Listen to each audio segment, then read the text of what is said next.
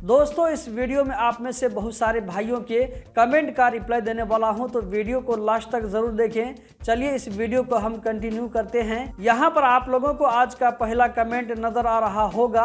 सवाल पूछने वाले का कहना यह है कि इसका कोई भाई कतर में काम कर रहा था। इसके भाई को काम करते हुए 2 साल हो चुके थे, लेकिन कंपनी वाले ने अभी तक कतर आईडी नहीं बनाया था। इसी बीच में क्या होता है कि पुलिस वाले, सीआईडी पुलिस वाले इसके भाई को पकड़ कर लेकर चले जाते हैं और उसके भाई को इंडिया भेजने वाले हैं। तो ये भाई पूछना चाह रहे हैं कि ये दोबारा कतर आ सकते हैं या ये कि नहीं। तो इसका जवाब है कि बहुत ही ज़्यादा चांस है कि आपके भाई को दोबारा कतर वापस आने के लिए नहीं मिलेगा, क्योंकि उसके ऊपर में लगभग 2 साल का फाइन होगा।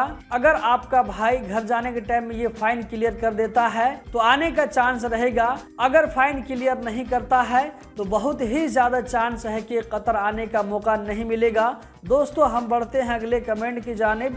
यहाँ पर आप लोगों को नजर आ रहा होगा, इसका कहना है कि ये भाई कतर में किसी कतरी घर में हाउस ड्राइवर के तौर पर काम कर रहे थे, लेकिन इसके कफील इसके ऊपर में झूठा आरोप लगा करके, झूठ मूठ का केस डाल करके इसको पुलिस में पकड़वा देते हैं। उसके बाद क्या होता है कि इसका केस चलता है कोर्ट में। इस भाई का कहना है कि कोर्ट ने मुझे एनओसी दिया, फराज दिया। इस वक्त ये भाई इंडिया में है, तो दोबारा कतर जा सकते हैं या ये कि नहीं। आपको कोर्ट की तरफ से जो पेपर मिला हुआ है उसमें क्या लिखा हुआ है बिना देखे आपको कोई नहीं बता सकता है। इसीलिए यहाँ पर मैं आपको सजेस्ट करना चाहूँगा कि आप किसी को सीआईडी में भेज करके अपना कतर आईडी चेक करवा लें कि आप दोबारा कतर आ सकते हैं या ये कि नहीं। ये कोर्ट का मामला है, इसीलिए बिना देखे 100% कन्फर्म नहीं बता सकते हैं। हम बढ़ते हैं अगले कमेंट की जानिब। यहाँ पर आप लोगों को नज़र आ रहा होगा, इस भाई का कहना है कि ये भाई कतर के अंदर लोकल ट्रांसफ़र होकर किसी कंपनी में काम करने के लिए गए थे।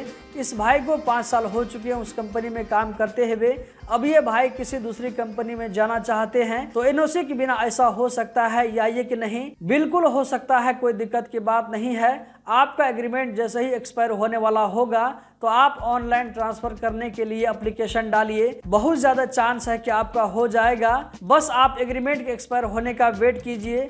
हम बढ़ते हैं अगले कमेंट की जानिब। यहाँ पर आप लोगों को नजर आ रहा होगा, आप में से किसी भाई ने पूछा है कि असलम भाई आपकी ओल्ड वीडियो कैसे मिलेगा जो आपने बैंक अकाउंट के बारे में बनाई थी। यहाँ पर मैं इस भाई को कहना चाहूँगा कि आप किस तरह की वीडियो देखना चाहते हैं, यूट्यूब में आकर के सर्च करें। उसके बाद में लास्ट में आप गल्फ एक्सपर्ट लिखें। उम्मीद है कि वो वीडियो आपको ज़रूर मिल जाएगी। हम बढ़ते हैं अगले कमेंट की जानिब। यहाँ पर आप लोगों को नजर आ रहा होगा, yes I will wait to part two this service brother. दोस्तों 2 दिनों पहले मैंने आप लोगों के साथ में एक कहानी वाली वीडियो शेयर किया था, जो कि कतर में होने वाले गल्फ कंट्री में वर्कर कैसे रहते हैं, उनकी जिंदगी कैसी गुजरती है, उनके साथ में कितनी मजबूरी होती है। इस चीज को मैंने टारगेट करते हुए आप लोगों की जिंदगी पर एक कहानी बनाया था। तो उसी वीडियो के नीचे में इस भाई ने कमेंट किया है। इसके अलावा और भी बहुत सारे भाइयों ने कमेंट किया है। तो इंशाल्लाह मैं इसका जल्द ही दूसरा पार्ट भी आप लोगों के साथ में शेयर करने वाला हूँ। तो आप में से जिन भाइयों ने जाकर के नहीं देखा है जरूर देखें। उस वीडियो का लिंक आप लोगों को नीचे में डिस्क्रिप्शन में मिल जाएगा, तो जाकर के जरूर देखें। अगर आप कोई सलाह और सुझाव देना चाहते हैं तो उस वीडियो के नीचे में जाकर के जरूर दें। हम बढ़ते हैं अगले कमेंट की जानिब। यहाँ पर इस भाई का कहना है कि ये भाई बूम कंपनी में 18 साल से काम कर रहे थे। तो लास्ट टाइम क्या होता है कि जब ये भाई छुट्टी में घर जाते हैं तो वापस नहीं आते हैं। इस भाई को 3 साल हो चुके हैं। अब ये पूछना चाह रहे हैं कि मैं दोबारा कतर आ सकता हूँ या ये कि नहीं। इनका एज 51 साल है और पूछने वाले का नाम यहाँ पर आप देख सकते हैं, राम नारायण। तो मैं इस चाचा को कहना चाहूँगा कि आपका वीज़ा निकल जाए, कोई दिक्कत की बात नहीं है। 51 साल से ज़्यादा के लोग भी जा सकते हैं, लेकिन 51 साल एक जो है बड़ा एज होता है। इसीलिए हो सकता है कि आपको कुछ कंपनी वाले इग्नोर कर देंगे। आप जिस कंपनी में काम कर चुके हैं उसी कंपनी में ट्राई करें। उम्मीद है कि आपको वीज़ा मिल जाएगा। वीज़ा निकलने के लिए निकल जाए, कोई दिक्कत की बात नहीं है। गवर्नमेंट की तरफ से कोई पाबंदी नहीं है, लेकिन बहुत सारी कंपनी वाले ये सोच करके इग्नोर कर सकते हैं कि एज ज़्यादा होने की वजह से पता नहीं ये काम कर सकेगा या ये कि नहीं। तो उम्मीद है कि आपका वीज़ा ज़रूर मिल जाएगा। हम बढ़ते हैं अगले कमेंट की जानिब। यहाँ पर आप लोगों को नज़र आ रहा होगा, असलम भाई कतर आईडी एक्सपायर होने से पहले कितने दिन पहले कतर आना चाहिए। नीचे में किसी भाई ने जवाब दिया है कि 1 दिन पहले। यहाँ पर मैं इस भाई को कहना चाहूँगा कि आप इतना रिस्क न लें, बल्कि मैं आपको ये कहना चाहूँगा कि कतर आईडी एक्सपायर होने से 3 दिन पहले आप कतर आएँ। कभी कभी ऐसा होता है कि फ्लाइट कैंसिल हो जाता है या कहीं दूसरी जगह किसी वजह से होल्ड हो जाता है। अगर आप सामने में सिर्फ 1 दिन रख करके चलेंगे, अगर किसी वजह से आप कतर टाइम पर नहीं पहुंच पाएंगे तो आपके लिए दिक्कत की बात होगी। इसी तरह जिन भाइयों के कतर आईडी में डेट होता है, एक्सपायर नहीं होता है, तो ऐसे भाइयों को कहना चाहूँगा कि आप ज़्यादा से ज़्यादा 6 महीना तक रुक सकते हैं। 6 महीना से कम 1 हफ्ता पहले आप कतर वापस आ जाएं, आपके लिए आसानी होगी। वरना उसके बाद क्या है कि एंट्री परमिट वगैरह का झंझट लग जाएगा, जो कि आपके लिए दुश्वारी होगी। अगला कमेंट यहाँ पर आप लोगों को नज़र आ रहा होगा।